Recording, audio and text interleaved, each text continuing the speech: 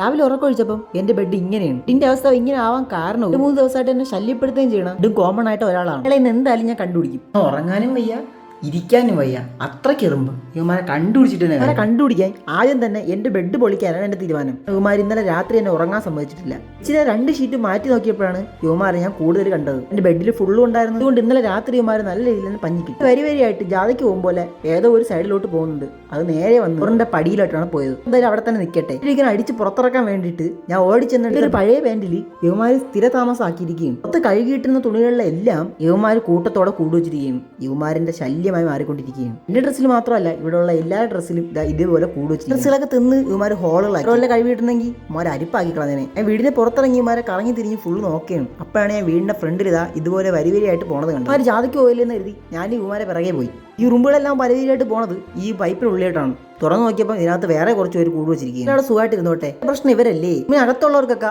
ഔട്ടെക്സിന്റെ ഉറുമ്പൊടിയും പുറത്തുള്ളവർക്കൊക്കെ സ്പെഷ്യലായിട്ട് തീ കത്തിച്ചോട്ടിക്കുകയാണ് ചെയ്തത്. കത്തിച്ചപ്പോൾ കുറച്ച് കറുത്ത പുകയായെങ്കിലും ഉറുമ്പുകൾ കുറച്ചൊക്കെ ചത്തിട്ടുണ്ട്. ഈ വരുമെങ്കിൽ ഇവന്മാർക്ക് അടുത്ത പണി കൊടുക്കുക.